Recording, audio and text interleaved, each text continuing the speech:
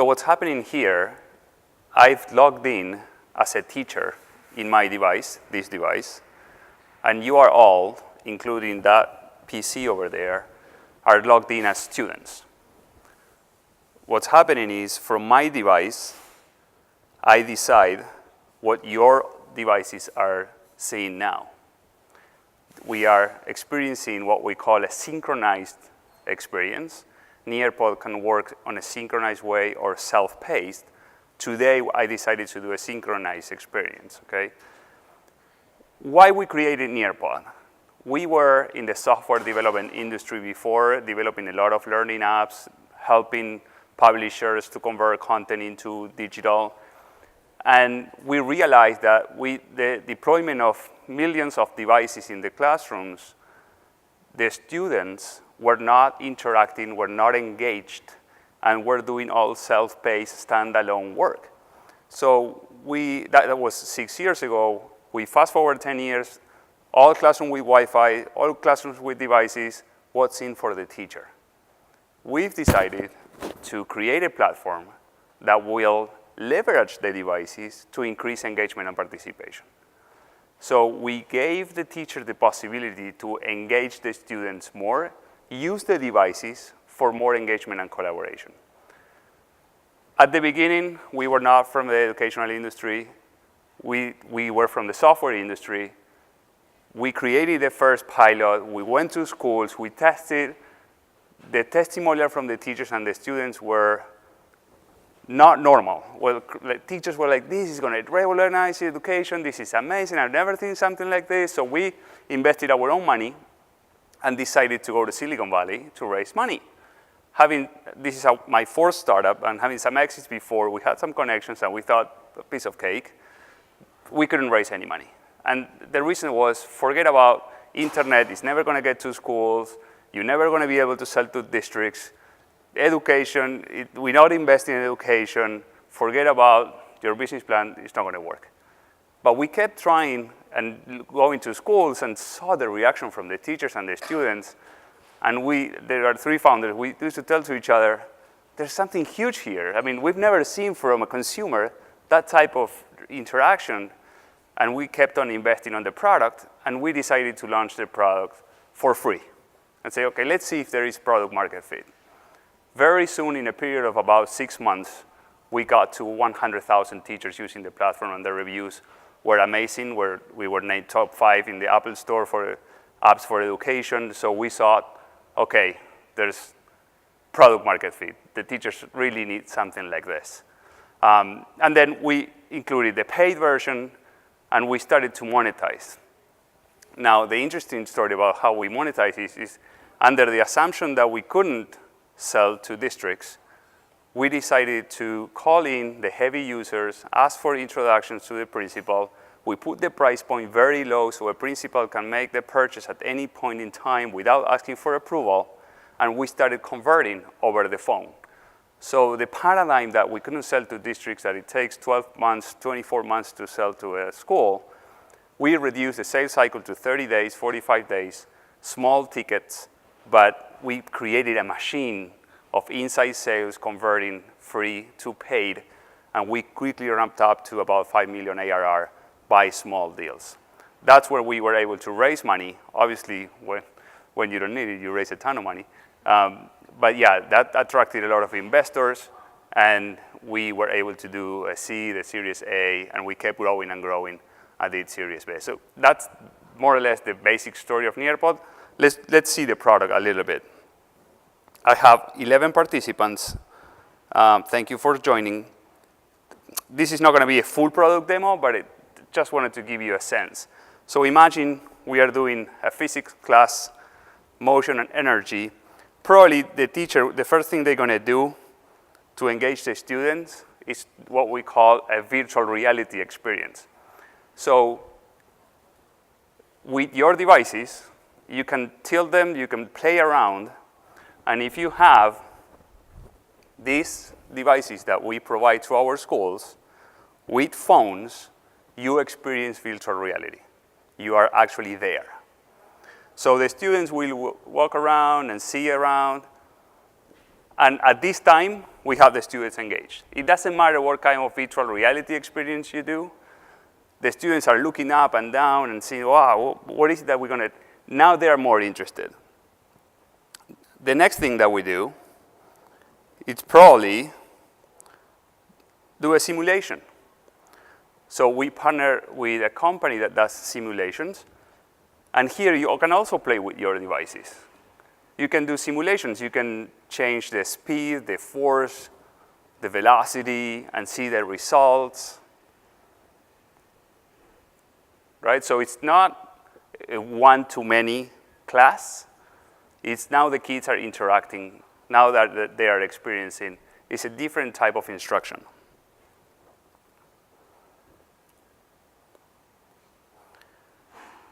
Another feature that we have is what we call the droid. So now, instead of you playing with the simulation, you can draw on that background that I sent you. You can write letters, you can draw with different colors, and then send the drawing to the teacher. I have here a different screen that you have, and I'm going to get your drawings when you send them, and I get to see who sent me what. So research shows that one of the main reasons why students don't participate in an analog class is because they are afraid of being exposed. With Nearpod, the students can send the response to the teacher. The teacher sees the response in real time, and they are not being exposed with the rest of the class. Now, I see all your drawings, and I see who sent me what. So I can share a drawing with the rest of the class. So now everybody got that drawing, and it's on my discretion to decide if I want to tell who that student is. I'm not going to say that it was Karina.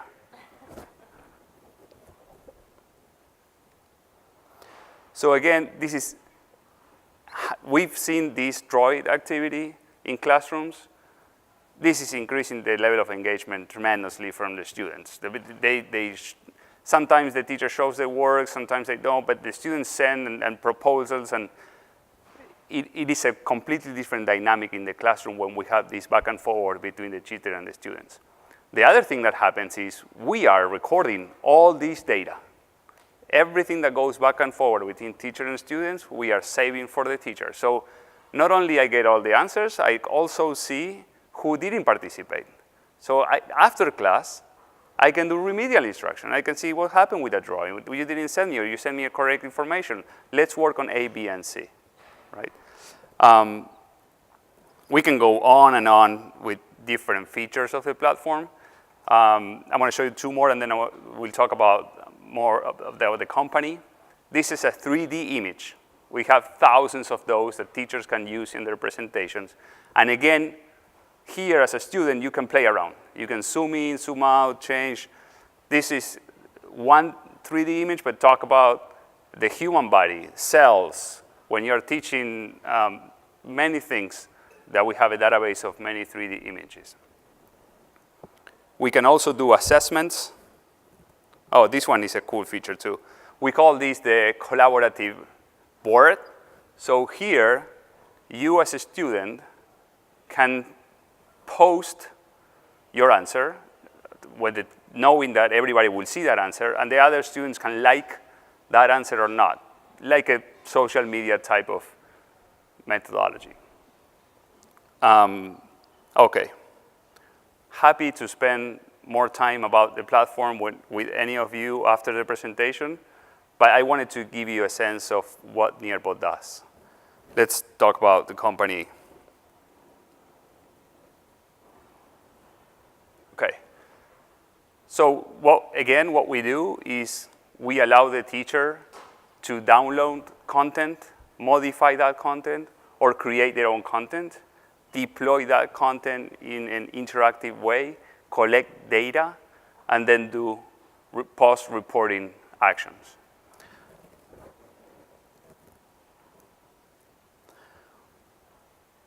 We believe that the teacher is at the center of the instruction, and everything we do is teacher-centric. We interview teachers constantly. We build the platform with a lot of teachers in our headquarters. We live and breathe a teacher-centric product design. And a lot of former teachers join Nearpod because of this mission. We learn to love what teachers do, and we want to help. That's why we're here. A little bit of story of our growth. We founded the company in 2012. We launched the product in 2013, and this has been our growth so far. Today, we have usage in about 60% of the districts in the country. We have teachers from 180 different countries, but we are concentrated in K-12 here in the US. This year, we are trending about low 20s in annual recurring revenue, growing at 90% year over year. We are almost doubling the company every year since we started. That's include every single metric: users, engagement, employees. I mean, as you see here, we are now 110, and a few years ago we were just 10.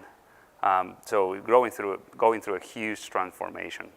In terms of investment, in total between Series A and Series B, we raised about $32 million. Reach Capital was one of our first companies that helped us at the beginning with the seed round. And the latest round, the Series B, was led by Insight Venture Partners.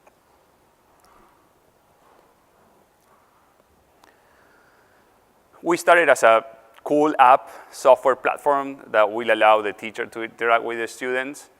And then we realized we grow with usage. And for example, last month, we logged in 7 million users that most of the teachers want to download and use and probably modify, but not create from scratch. So we started to offer content, and we started partnering with a lot of publishers that were willing and able to share their content with us. We transformed the format to a Nearpod. We add pedagogy, we add some interactivity, like I show you, and we have now about 7,000 lesson plans for the teachers ready to use, including all the pedagogy and interactivity that you've seen. It's not a marketplace. We don't allow teachers to publish their own presentations. We curate and think about what we publish in our store with a ton of methodology, and we work with the Stanford College of Education for the rubrics and what to publish when and what type of lessons we publish. As we grow as a company, we also integrate with other players in the industry, LMSs and SISs, and we love partner with companies because that will create a better solution for the teachers. Third-party research shows the user satisfaction of Nearpod. It's through the roof. We did a Net Promoter Score research also, and the feedback was incredible. So that is what keeps us motivated. Talking to teachers and seeing the reaction from teachers and how they use Nearpod and how they're increasing the learning outcome of students is what keeps us motivated. And we're going to continue to focus on that. I mentioned, just to wrap up, I mentioned before that we started the company with revenues from a bottoms-up approach. So until a year ago, 100% of our revenues were over the phone, small tickets. And the reason is we couldn't sell to district. That was the paradigm. And also we couldn't afford to have salespeople on the ground taking 12 months, 18 months to close a deal. We didn't have the financial resources to do that. Now with all the money we've raised and the millions of users that we have everywhere, we started to sell also to the big districts. And we have a few hundred district-wide rollouts that we're working with. But we are a combination of both talking to big districts and still selling bottoms up, while the product is concentrated 100% on the teacher. With that, I thank you very much for your time. I'll be here for a few minutes if you have questions or comments, or if you want to see more of our product. Thank you very much for coming.